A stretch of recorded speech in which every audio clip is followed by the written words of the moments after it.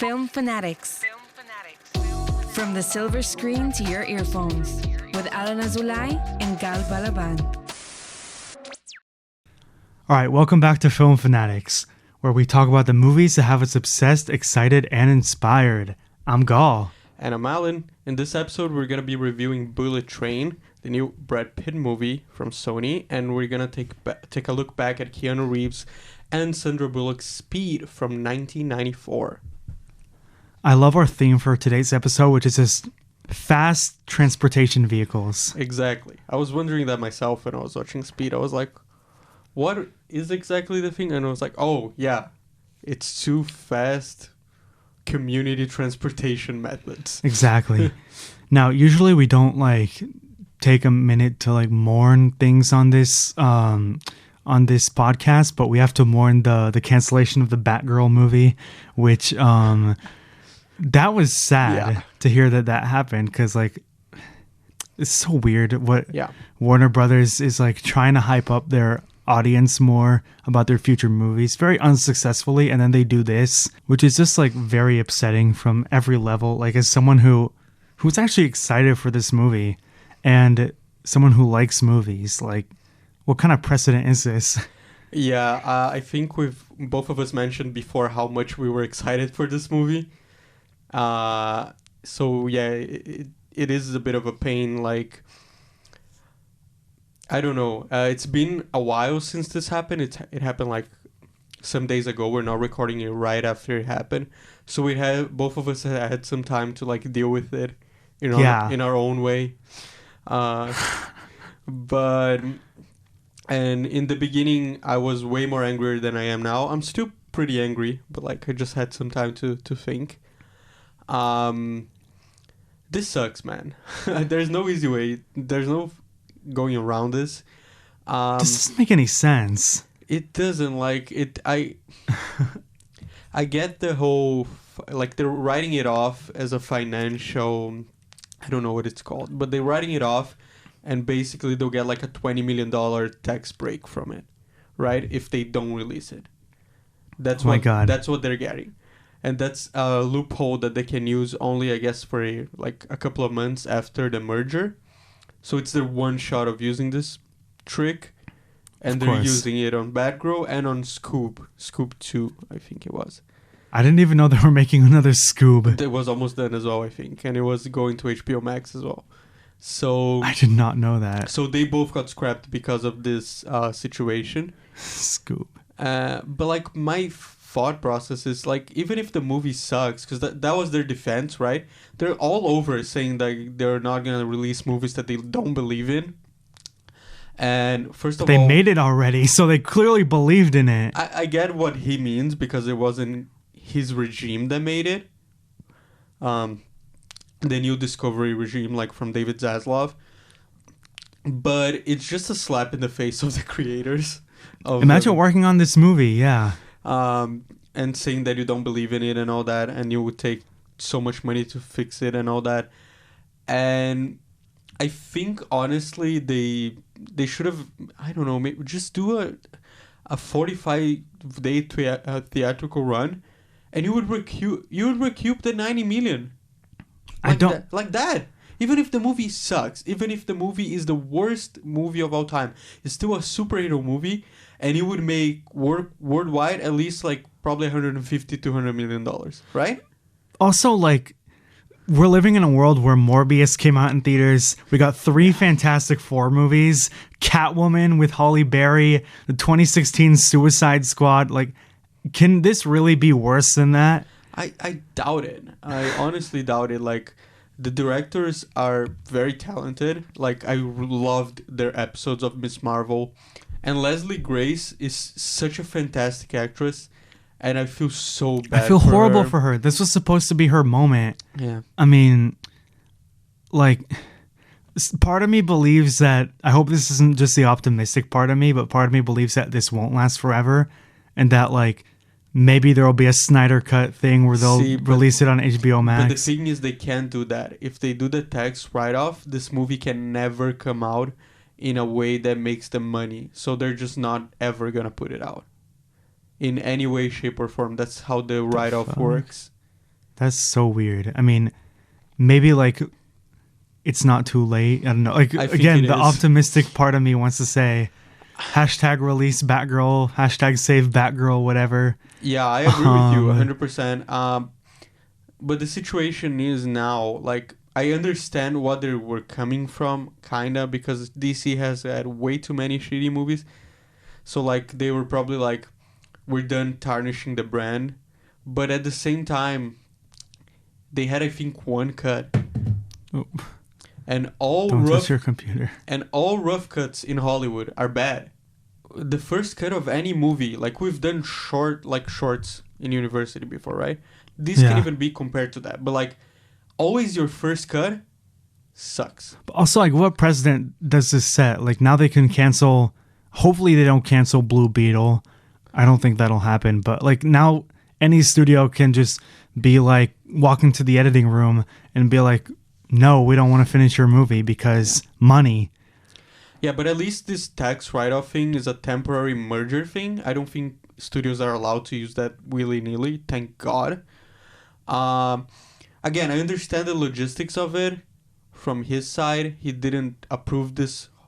I'm not talking, when I say this whole mess, I don't mean Batgirl. I mean the DCU in the current state. Or I guess Warner Brothers in the current state. Like, to be honest, Batgirl like sounds better than most of what DC has done recently, though. Exactly, but like I kind of like I understand like his thought process. I don't agree with it, but I understand where like he's coming from. But at the same time, the optics in this are horrible because you are scrapping a Batgirl movie with a black Latina lead and that hurts a lot. And like, Muslim directors, and you're doing that while keeping the Flash alive. Yeah, that definitely crossed my mind. Like, what precedent does this set for diversity and stuff? Like, this could have been her moment for a lot of Latina girls, for a lot of audiences. Like, yeah, and like with the situation with the Flash right now, Ezra Miller was just like arrested again. I think. Like, I don't think yesterday. Like we need representation for felons or assault convicts. So like, I don't understand, like, the again, the optics of this look bad. And in some way, I don't think he will ever be able to live this down. And he could have just released it on HBO Max or gave it, like, a little theatrical window to try to recoup some of the money. And I think he would have been better off. Hollywood is always terrible with optics. I'd like to mention as well, terrible week for Latino representation. Because James Franco was also cast to play Fidel Castro. I hope that's a joke, but I know it's not because I also read that.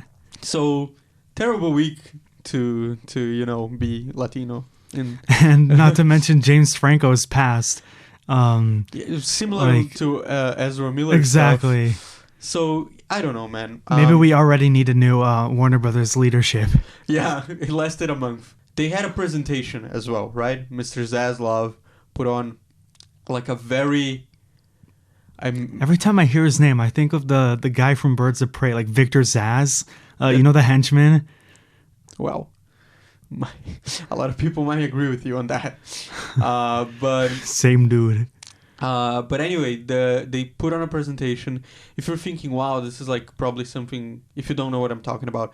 And you're like, wow, this is probably like something like D23 or something. No, this was the most boring presentation ever. It was just slides. And I swear to you, Gal... Wait, did you watch the presentation? I didn't watch it. I watched like highlights or whatever. Oh. But like, Gal knows this firsthand. My PowerPoints are 20 times better than this. And I'm a university student. You're like not bad at PowerPoints. Like...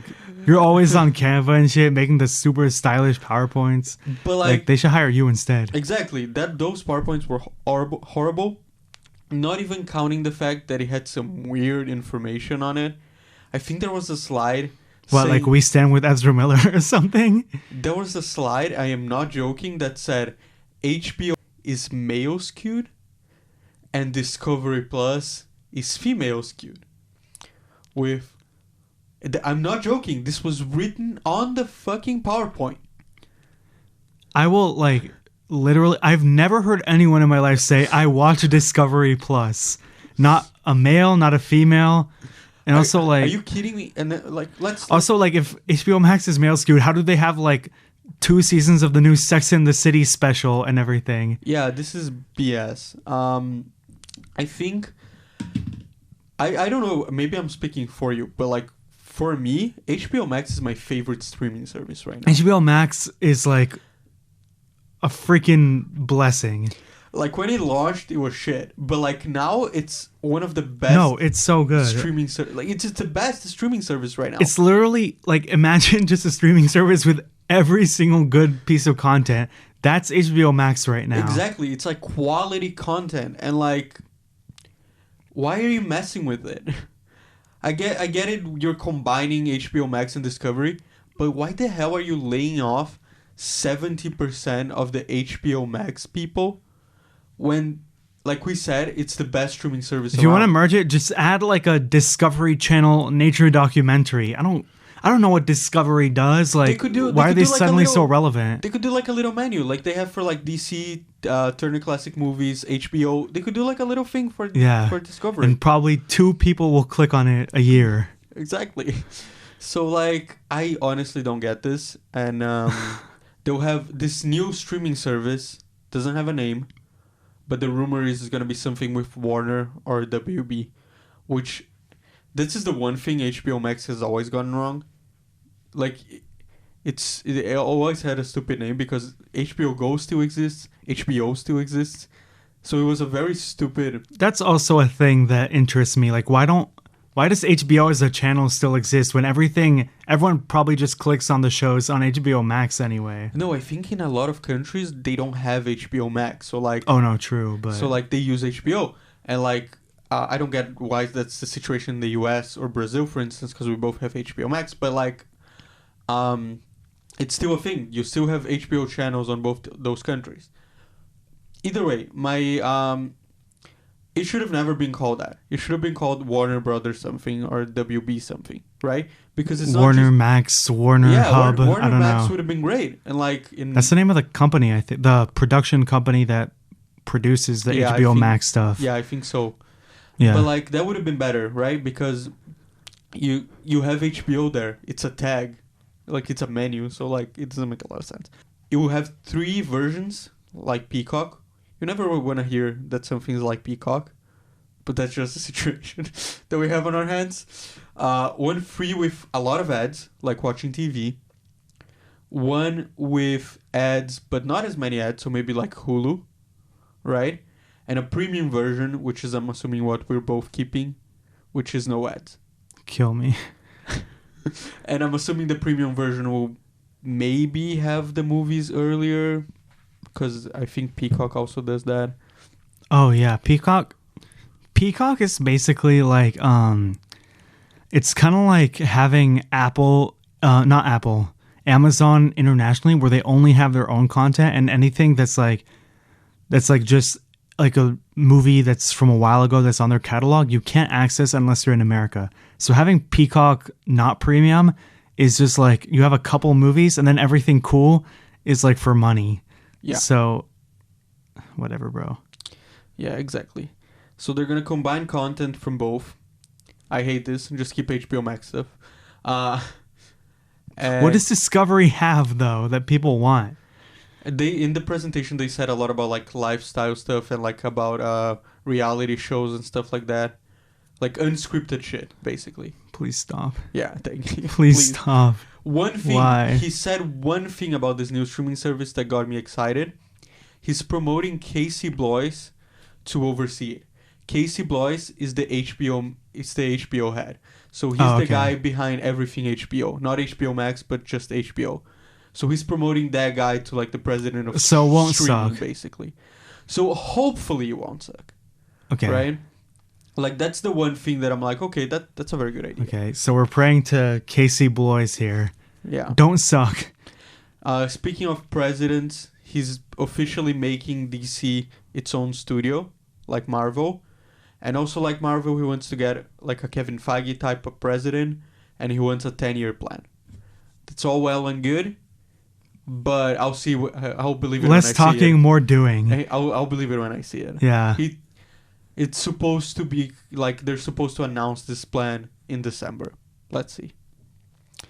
So after all of that, to I guess calm people from the Batgirl thing and like the whole situation with DC and whatever the hell's happening, they very unceremoniously released the Joker 2 trailer. Not even a trailer, like just a little teaser announcement thing. Not even a teaser. Yeah. Just like them dancing around, which I guess proves the whole musical thing. It's coming out on October 4th, 2024. I don't need this movie. That's a bad trade. Batgirl for Joker. Like, look, I'm sure it'll be at least good. Yeah. But yeah, I don't. Whatever. We don't need it. Like, I'm not excited. We don't need it. I'm just curious. If you wanted to announce something, announce Batman 2. Exactly. And the that would be villain much from better. Batman 2. Yeah. That would make a lot of people. Or that relaxed. Batgirl cancellation was just a prank. Yeah, and confirm, please, that Blue Beetle is not going to get cancelled. Yeah. Because they said that with both, I think, Blue Beetle and Aquaman, he's waiting and seeing to see if they're not canceling Aquaman. If they're good enough. They won't because Aquaman's like and Ben Affleck 200 million. was just spotted in the set of Aquaman. Oh. And no, I remember that. I think he's gonna sub in the Michael Keaton role because the Flash was supposed to come out before establishing Michael Keaton in the DCU. So now it didn't make sense for him to be there. Oh, yeah, you're right. Because Flash was supposed to come out before. Yeah. So now it's Ben Affleck again. And why didn't you announce that at Comic-Con? People would have lost their shit. Warner Brothers, get your shit together for the love of God. Do you have other news for us that isn't Warner Discovery related? Yeah, so about a property that Warner Brothers used to own. Oh, did they? Did not know that. The first Creed was Warner Brothers, and then now it's just MGM. Basically, they confirmed that there's going to be a Drago spinoff. I can't remember. I think it's like a prequel to the Drago appearances in the Creed movies about like a young Ivan Drago instead of like Victor Drago who was in Creed 2. So it's supposed to be a Creed 2 spinoff about Ivan and Victor Drago, so it would be like after Creed 2. Got it. But Sylvester Stallone is pissed because apparently like they're not including him in the production team and he hates that. Yeah, and I think that's not the first time. Again, this is all Sly's side, right? We don't have the actual facts right now. But he also complained before that he wasn't invited back for Creed 3. And he wanted to, I think maybe he wanted to direct it or something. And I think now Michael B. Jordan might be directing Michael it. B. Jordan's directing it. Okay. It's coming out in like half a year. Creed 3 is coming out and is directed by Michael B. Jordan. Sly's not going to be in it, which I think is okay. Like, he can still have his own story, even though we always love to see Rocky. Yeah. But as much as like this seems like an ego trip, I kind of agree with him that we don't need a cinematic universe out of the Creed movies. Like it's nice that we had this spin-off and then Stallone got to pass the torch. Now we just need the Creed story. We don't need them all to like break off and then team up and like Creed Vengers. I don't know, man. Yeah, it sounds weird. Listen, I'm not gonna. There's one thing I'm not complaining that much about this because we've been missing movies in that range, right? That medium, $40 million. Oh, for sure. Production range. So I'm not complaining that we haven't won more of those because we don't have a lot of those anymore, especially going to the movies, going to cinemas. So, and I don't know if they get like a good creative team, I would get behind it, but like it seems kind of slimish to not involve him at all. But like, he's Rocky. This is also the first. This is not the first spin-off that they like decided to announce and then nothing happened. Like, there was originally another one where it's like Rocky was training like a Mexican boxer who like came from the border and is trying to support his family or something. There was like a pitch that Stallone had and then they just announced it and didn't do anything with it. So I wouldn't be surprised if this didn't see the light of day at the end. Yeah, and Sly, I think he wanted to also direct Creed 2, and it ended up not happening as well. Well, because he said that he wanted like a fresher voice or something, but I don't know if it was his choice or MGM's. I don't know. It turned out a really great movie, so I'm not complaining. Yeah, both the Creed movies are great. Stephen Cable Jr. directed that one, and it was fantastic. I'm probably gonna see this movie, but I think it's a slap in the face if it happens. If it happens, yeah. So next up, something a little bit less. Nobody got angry in this one. Yeah, nobody got pissed off at this one.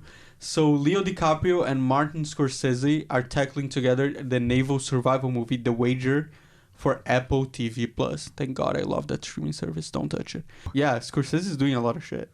Yeah, bro, man's busy. Even though his next movie was supposed to come out this year, and then like it's taking longer. Killers of the Flower Moon. Killers of the Flower Moon. Thank you. Like, I'm not gonna complain. Like, if he's still working on it to make it the best it can be, but the more Scorsese, the merrier. Like, now they've been doing, like, he's been doing like a movie every 3-4 years, but he has a lot in development now. Like, he has something with Jonah Hill too, so I'm down for this. Yeah, it looks like it would be a good movie.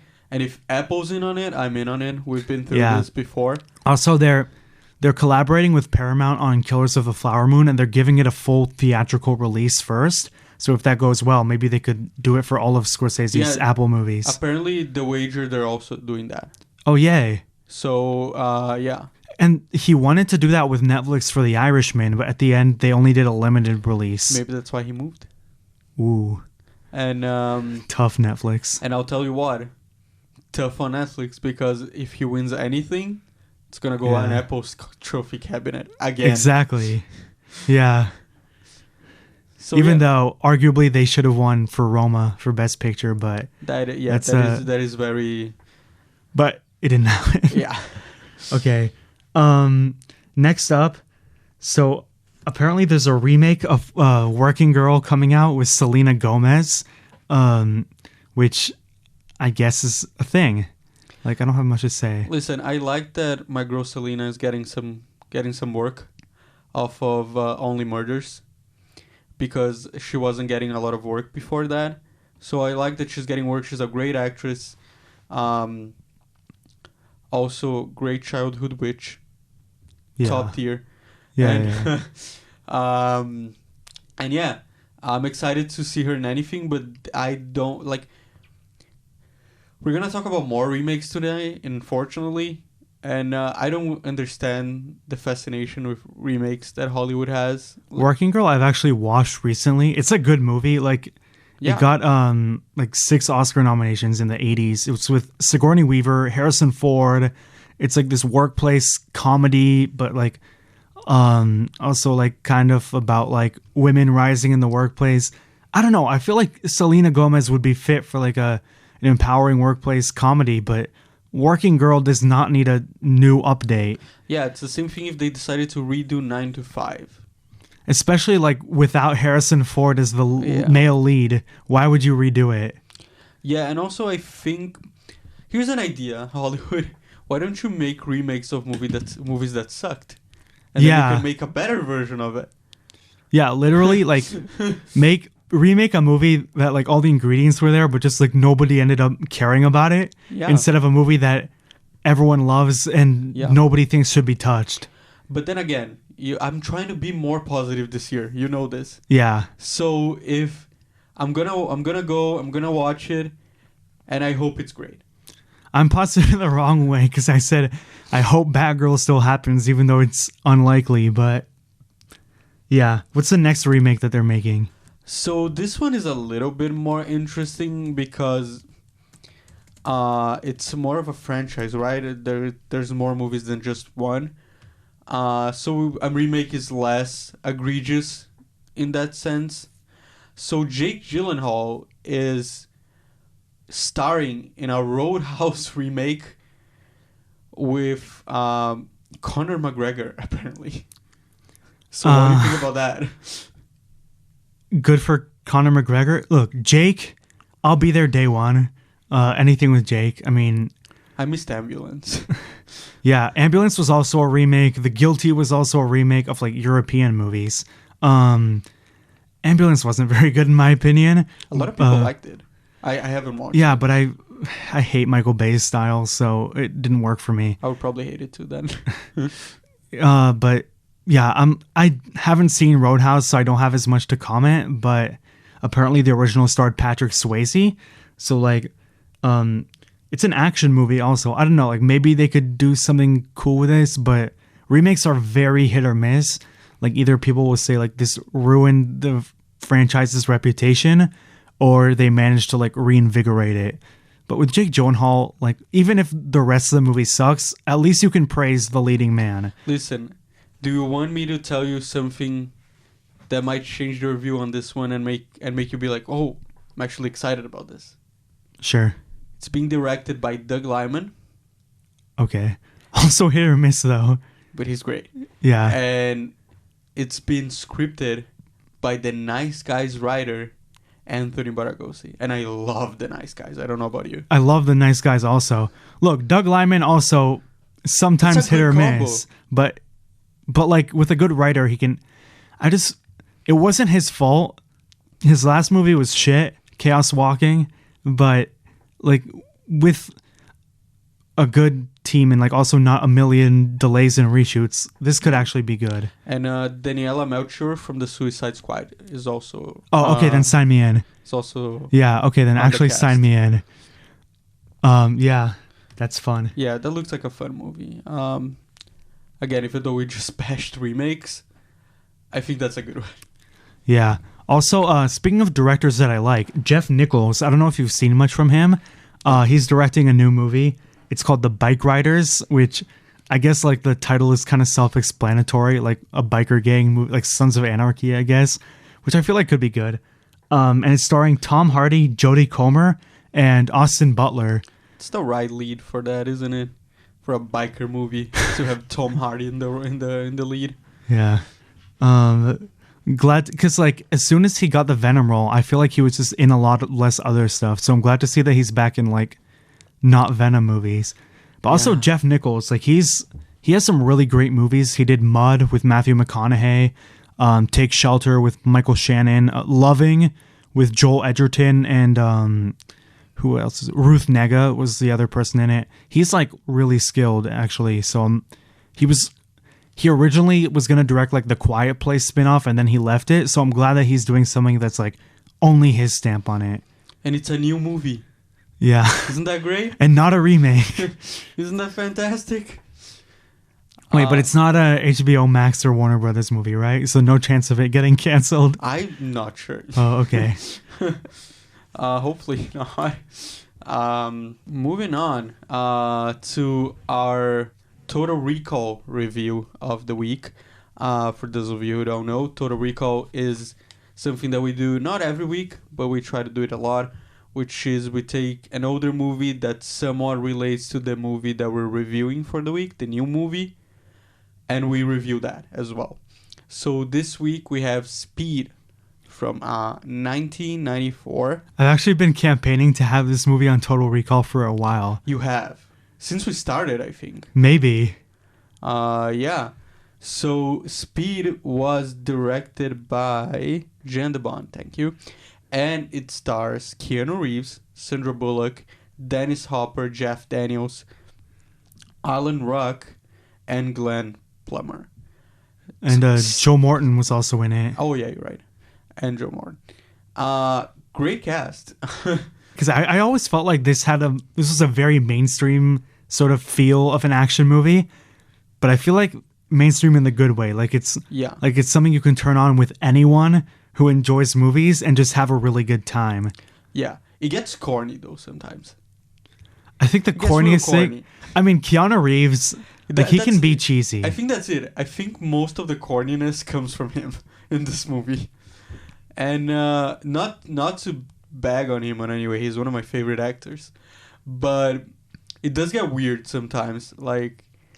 In the end, they're supposed to be having like this romantic scene, and he says something really weird. I don't remember what it was. But the ending line, I remember this, is when basically they've just gone through like the final act of an action movie, and he saved her from the bad guy. Yeah. And then they crash the train into somewhere in LA is where this movie's set, right? I think so, yeah. And then he goes, relationships based on intense experiences are not supposed to last that long. And she's like, great, we'll base it off sex then. Which I think is like, it doesn't hold up well, but it's funny. It's funny, like I laughed when it happened, but it's so cheesy. But if I saw like two people doing that in real life, I'm like, stop, you need help. And why were there so many people watching them? Oh, yeah. And filming them. People were filming them. And I'm like, why are you filming these people make out on a crashed train? So I watched this movie for the first time like on TV with my parents. And I think my mom reacted like, oh, what a cute ending or something. This actually, like, I got into this movie for the first time back when I was first like getting into older action movies, where like the Terminator I saw for the first time, or the Matrix. So this became like top 5 favorite movies for me for like a minute. When I was just like watching, like movies that weren't just animated or Marvel. But Keanu, even though like he's not the best dramatic actor, there's always something great about his action movie presence. Yeah, I think he got way better, like as an actor nowadays. Like if you see, even though like I guess if we talk about like John Wick, for instance, right? When he does have to like, when he has like dialogue scenes and like dramatic scenes, he stepped up his game compared to like. I feel like John Wick is like a genuinely acting performance, though. Yeah. And he's really good in those. Yeah, what about his romance with Sandra Bullock? Besides the last... Like, they have some good chemistry when they're trying to work together, at least. Before the cheesy ending. But it's a very movie thing for them to get together. They just got together because he was movie guy and she was movie girl. You have to understand, they're both hot, so that's the rule. They have to get together if they're both hot. They're hot, they're straight, and they're like a man and a woman, and that's it. Exactly. That's the only things that make them happen as a couple. And yet it was still like, yeah, sure, they would probably do it. Yeah, but also like Alan Ruck, I never realized that was him until... Because I'm like a couple months after my Succession binge. And so as soon as I see young Alan Ruck, I'm like, okay, this is going to be good. He is pretty funny. He's pretty funny, but like, it's a weirdly small role for him. I don't know if it's because of Succession, but I have like a higher standard of Alan Ruck in my head now. But what else did he do back then besides Ferris Bueller? Probably not a lot, but like, I don't know. I think maybe it's just because of Succession that I'm like, give this guy more to do. True. He's a great actor. Give him more stuff. No, but my favorite is when he's like tourist number 1. Is that really his name? No, I'm over exaggerating. I wouldn't have been surprised. No, but he's the kind of guy who Stephens. Oh, Stevens. I feel like if this movie was made today, he would be like the asshole who's like, just get me off of this bus. But he's like an okay guy, I guess. Yeah. So Joe Morton, he's really good as a police captain. Joe Morton is fantastic. I love Joe Morton. Joe Morton, like, he played, I forgot the girl's name, but the father of the main girl on Scandal, played by Kerry Washington. No, I forgot her character's name. I haven't seen it. It's a fantastic show. It goes on for way too long, but it's a fantastic show. Man, I love him. He's also, like, speaking of action movies that I loved back then, he was in Terminator 2 as Miles Dyson, who's the guy who creates Skynet.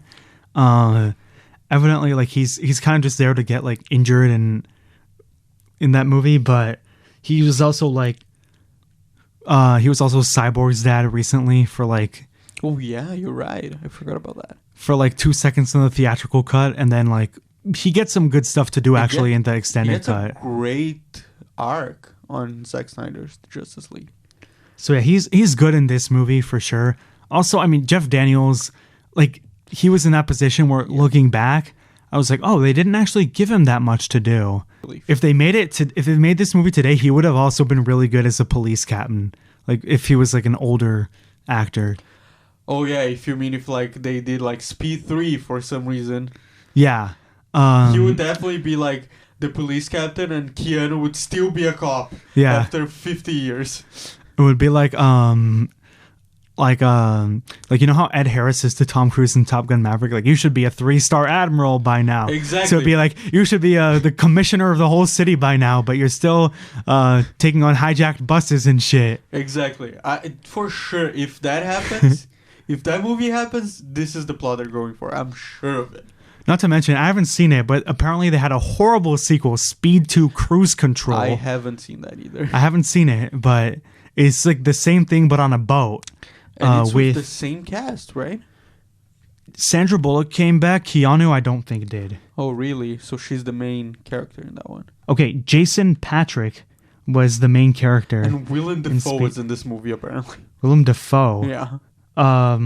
As the villain, yeah. Actually, which I could, like, again, if they made this movie today, Willem Dafoe could have been really good in, like, the Dennis Hopper, like, psychotic bomber kind of guy. Because he was also a villain that got a bit cheesy for me. I actually really enjoyed him. Like, he was really good. I'm not saying he wasn't really good, but, like, I guess I have to take off my 2022 goggles sometimes. But, like, some of the things I was like, it's a bit too much. I guess for a 90s villain, like, he didn't have some intricate motive. He just, like, enjoyed chaos and wanted money. But he, like, enjoys the fight and the threats and shit, which I think is, like, a scary, interesting villain. They did a good job. As opposed to just, like, some forgettable villain, I think he did great. But, like, maybe he's not, like, top 5 villains of all time. That's for sure. Yeah, but again, he did a good job. And I think everyone in this movie did a really good job. It's a really fun action movie. I'm telling you, I went into this movie, I wasn't in the best mood, so that's definitely not the movie's fault. I was just not in a good mood the day that I watched it. And I was like, I have to watch this for the podcast, so I guess I'll watch it. But as soon as they got on that bus, I got excited. Oh, so the dude with the car, where he hijacks his car, and so he's like, funny. Are you insured? Yeah, and he like and that dude like takes out his car door, and he's like, no, don't you dare do that. Oh shit, and stuff like that. Like, I want to see who this guy is because he actually does a good job. That's Glenn Plummer. Oh, that's Glenn Plummer. Okay, what else has he done? He's done a lot of, like, I've seen him in stuff. I'm sure of it. He was in Sons of Anarchy. He was in Speed 2, apparently. Yo, imagine like him getting called back to that franchise. I feel like he was just happy to be there, but I hear the movie's shit. Anyway, pretty good, funny role. I loved it. Oh yeah, he had like literally 2 minutes, and he was memorable. He was the funniest guy in the movie. Oh, for sure. Yeah, honestly, when it comes to Keanu movies, this is right after The Matrix for me, at least with entertainment. Or classic Keanu. Like, John Wick is over this. Yeah. But when it comes to, like, older Keanu movies, it would be, like, Matrix and this, and then Point Break, and then Bill and Ted. I might agree with you. I might change the order on that a little bit, but, like, it's pretty up there. You're right about that. But if we're talking about, like, all time, like, John Wick would be second place. Yeah, I think I agree with you on that. It's basically Matrix 1, John Wick 1, John Wick 3, John Wick 2. Yeah, exactly. And then Matrix 2 and 3, like even below, like, Bill and Ted 3. For sure. And 4 also. I haven't seen 4 yet. You have seen Matrix 4? No, Bill and Ted. There's no Bill and Ted 4. 3, the newer one. Oh, it's actually, I haven't seen Bill and Ted 2, but I've seen Bill and Ted 3. When it was coming out, I was like, should I, like, catch up on the second one or just watch the new one? And I was like, I'll just watch the new one. This is why I didn't watch the new one, because I was like, should I catch up? And I was like, I ended up not catching up and not watching it. Oh. So, anyway, how many Keanu Reeveses would you give this out of 5? Like a solid 4.5. I think I'm biased because I discovered this. I think I'm biased because I discovered this at a time where I was really getting into action movies. But I do think it holds up. Like, it's a fun ass movie. Again. Yeah. I don't want to say like straight up nostalgia lenses, but I guess a little bit of like this being, yeah, I guess like this being classic standpoint. I think I got to see this movie in like the premise and the stakes and the conflict, and then also like there's that big final battle where it's like you think it's over, but then they go to another set. I think it does hold up, like compared to. I think you were in the perfect age when exactly you saw it for the first time. Like compared to like Ambulance, which is also like an LA highway chase movie, I'd watch this any day. Fair enough. I am gonna give it 3.5 Keanu Reeves' heads out of 5. Yeah, I think if this came out today and I just watched it for the first time, it would be like 3.5. But it being like a very 90s-y movie. It was good. Oh, for sure. Even though I'm more positive lately, giving something 3.5 these days is pretty good. Also, let me just bring up some stats. It's got 94% on Rotten Tomatoes, which is pretty high for action movies today. Yeah. Won 2 Oscars, sound editing and mixing, and was the 5th highest grossing movie of 1994. Wow. Which is pretty good. Yeah. And then Speed 2 made $2 billion. No. So yeah, it was Lion King, number 1, Forrest Gump that year, True Lies, The Mask, and Speed. Those are some classics. Yeah, it's a solid year. What was that, 1994? Yeah. Solid year. So speaking of having a bad day on public transportation, I stole that joke from Gal. We're now moving on to Bullet Train. Bullet Train came out, of course, this month. It starts, Brad Pitt is directed by David Leitch, who directed Deadpool 2 and John Wick 1. Okay, yeah, he co-directed John Wick 1. He wasn't, like, credited, but he did. And then he also directed Atomic Blonde and Hobbs and Shaw. Thank you. And this movie stars, like I said before, Brad Pitt, Joey King, Aaron Taylor Johnson, Brian Tyree Henry, which is 2 names that shouldn't be said out loud right next to each other, especially for someone that is not a native English speaker. When he was in Kick-Ass, he was still Aaron Johnson, and then he got married and changed it. Nice. Good for him. Andrew Koji, Hikori Sanada, Michael Shannon, Sandra Bullock, Bad Bunny, Zazie Beetz, and Logan Lerman. Holy shit, that's a good cast. Yeah. What'd you think? I'm gonna say this, like... let me preface you by saying this movie currently have a 54%. That's actually what I was going to start with. Screw the critics on this one. And a 49 on Metascore. How is that really? possible? Yeah, it's especially weird with this movie. Like, we're begging for, like, original, bold content, and then the critics didn't embrace this movie, which is weird. I enjoyed the shit out of this movie. When it comes to original action movies this year, like, The Gray Man we said was fine. This is much better. Exactly. Like, this is genuine, in my opinion, a great movie that you can even watch again. Yeah, also, like, I fucking love how witty this is. Like, I guess you can make, like, Guy Ritchie or Tarantino comparisons, but this movie makes, like, the most, like, savage jokes, or it flashes back to, like, long, like, bloody flashbacks when it needs to, like, introduce a new character who may or may not die 5 seconds later. Like, it doesn't take itself that seriously, but that's also what makes it so entertaining and, like, cleverly crafted. Yeah, I agree with you. It's good to go to the movies and have fun. Yeah, straight up. We're laughing the whole way through. I had a smile. Like, this movie's, like, I feel like this movie was made for me, honestly.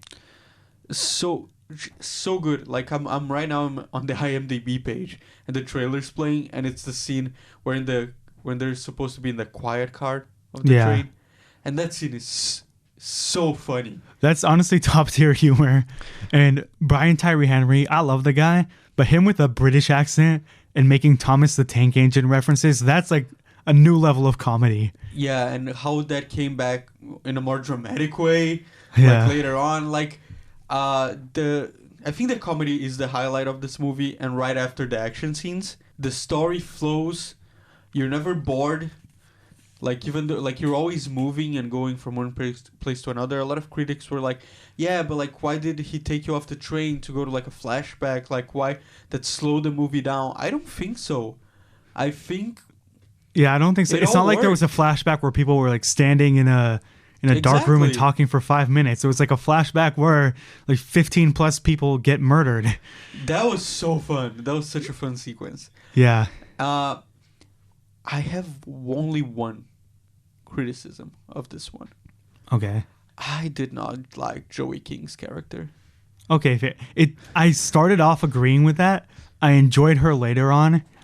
I don't know. I feel like with a different actress, it could have been fantastic. Yeah. And also, I don't know, like there are times where she just disappears and comes back. Not the, like, probably the worst character, but I didn't think she was that bad. She wasn't that bad, but like because the movie, in my opinion, was so good, like she kind of like stuck out. Okay. So like, again, I don't think this is that much either on her or on the script. Is a little bit on both. Like you said, she sometimes disappeared for no reason, and sometimes she was like a little bit too intense. And I was like, I don't know, like I just didn't like the character. Like, I kind of had a similar flaw with Michael Shannon, like not really his fault, but just like his accent and his whole he has a monologue. That part was like, that was the only part where I dozed off at all. But again, I love Michael Shannon, so I was kind of just happy to see him. Yeah. He's right after her, like on my list. But like, again, these are still like good performances. I just didn't like her character. Yeah, wait, I just realized I enjoyed Bad Bunny's acting more than Michael Shannon's acting in a movie. Oh my god. That is deeply troubling. Maybe he is going to be a good... What is the name? El Muerto. He's not. Sony, why do you keep doing this? Yeah. It's also colorful. Like David Leitch, like he always directs. Like he gave Deadpool 2 his own style. Atomic Blonde, I didn't care for the script, but I'll go back and rewatch the action scenes because they're freaking awesome. Like, again, like this is a guy who came from the first John Wick, which everyone will agree is one of the coolest action movies of the last couple of years. You definitely feel that energy, but it's also fun and comedic, and I love that little balance of like literally people are dying left and right, but you're smiling the whole time. Yeah. Like you said about like the colors, I want to shout out the cinematography as well by Jonathan Sella. He did also all of other Leitch's movies and the first John Wick. I just love the style of this movie. Like it had so much flair, right? And everything, like you said, everything he does has that flair. And like it just sucks that it's getting dogged on because like I saw people saying like, oh, there was a lot of green screen. I was like, I didn't notice a lot of green screen. Did you? No, also most of it's set inside of the train. So I think they did their best to work around. I didn't notice the green screen. Also, again, with like a lot of big action movies that aren't like based on something, no, like I guess I'm going to reference Ambulance again today. Like it felt like sometimes people just phone it in, but this really feels like creative. Like it's not just any action movie that you could put on, but you're like pushing the audience to like watch something creatively too, but it's not a crowd pleaser. Yeah, I agree with like everything you said basically this episode. This movie, like as an action movie, probably one of the best this year. Yeah. Top Gun is still the best. But for sure. This one is up there for me. Yeah, like there's not much more to say about this. I'm really frustrated at the reception and the box office and all that. Isn't it doing well though? It did like 30 million or something. Well, it was fine. Well, it was like the number one movie around the whole world, so I think it'll still make like at least 200 by the end of its run. It came under Sony's expectations. Oh, so like, again, which sucks because also like sometimes like with quote sleeper hits like original movies that like the word of mouth boosts it. Like here it doesn't have the critics' word of mouth. Maybe the audience word of mouth will give it some more traction in the longer run. Maybe the box office will eventually. But this is just me and Alan saying, watch Bullet Train. Go watch it. It's such a fun time. By the way, the audience score on Rotten Tomatoes is 78, so it's a lot better. Oh, that's but it's still like lower than, I don't know. I feel like audience scores for other movies are much higher. Like Ambulance or like the new Sonic movies or whatever. Like we're higher. Yeah, this is what you said before. Like I don't get. People keep complaining that we don't get new stuff. And then when we get new stuff that's good, people dog on like the smallest details and like on this like... Yeah, I think without like nostalgia or sequel glasses, like people are just like, I don't know, overanalyzing the plot. Maybe like some of the like bad guy reveals didn't come together, sure. But honestly, like however crazy this got, I was just in for the ride. Yeah, me too. Like it was thrilling sometimes. Like the action scenes were so good. Oh yeah, for sure. This is one thing that I blame Sony for this, not the movie. Why did they spoil so much in the trailers? Yeah, didn't they spoil Logan Lerman dying in the trailer? I think so. Which again is in the first 15 minutes, but like why? Make no sense. I'll give you my 3 highlights, I guess, of the movie. Brad Pitt, of course. His movie, he's fantastic in it. I love seeing Brad Pitt being like witty and funny and just an asshole, but like a lovable asshole. Love that. Whenever he does that, favorite Brad Pitt. 2, Brian Tyree Henry. He was 100%. He was so sweet. He and Aaron Taylor Johnson at the same time, and so funny, so funny. And my third one would be Aaron Taylor Johnson, and just their back and forth. He and Aaron, whenever they were together, like they must have had so much fun doing those scenes together. And again, like especially Aaron, he's like a killer, but then they're also so sweet together, even though their job is to kill people. If you give me one thing out of this movie, rather than a sequel, I would love a spin-off about those two. Yeah. Like, I feel like it would be so fun. Honestly, yeah, do like a spin-off or like a spin-off show on Discovery. No. It's Netflix. Sony. They would probably sell it to Netflix or something. But yeah, those two together were great. Also, I don't know. Also biased because Zazie Beetz, I really like. They kind of underused her, but not really the movie's fault. A minute. Yeah. Also, Karen Fukuhara, who's like, I'd say pretty big now from The Boys, in it for like a good 30 seconds. Yeah. Again, like maybe it's just them wanting to get big stars for every role. The movie's already 2 hours, so I won't really like shit on the movie for it, but it's just a goal thing.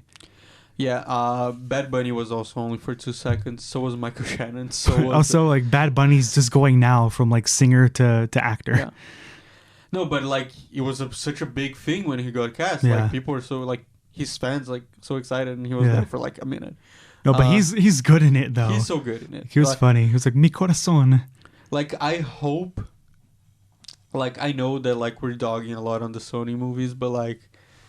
I even though I know it would be bad, I hope it won't, just because of him, because he seems like he deserves it. He deserves it. Sony should make more of this though than Marvel, but not Marvel movies. Yeah, like David Leitch, he seems to have like a good track record with action movies and action fans. Get more action directors to do whatever the hell they want. Yeah.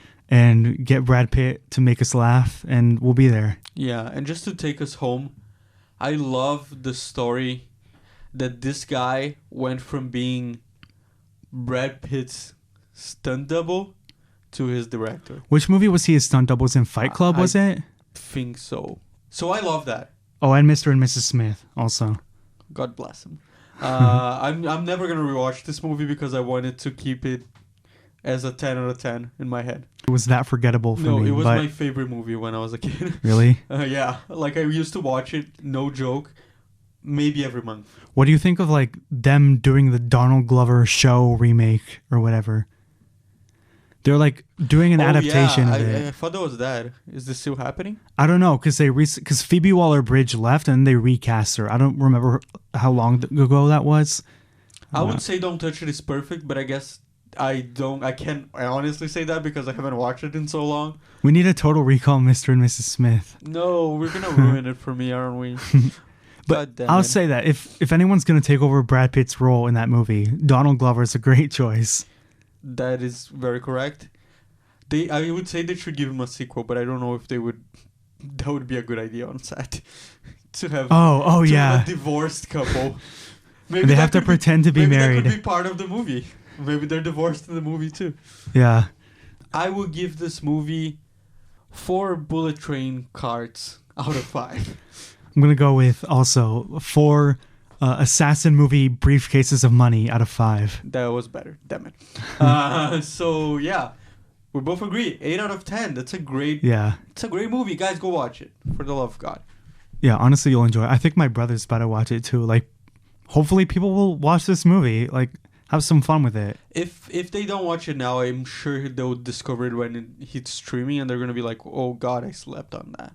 Yeah, for sure. Like that would be one of those for sure. And I hope it gets either a sequel or that spin-off that we talked about. So that's good.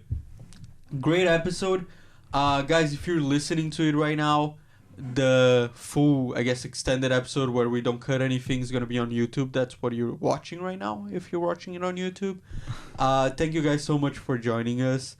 We'll see you guys soon. We have special guests coming in the next episodes. Oh, yeah. Season 2 is going to end on a bang. Yes, and we're reviewing in the next episode Prey. So get ready for that. I'm Alan signing off. I'm Gal signing off. See you guys soon. Bye, guys. Film Fanatics. From the silver screen to your earphones with Alan Azulay and Gal Balaban.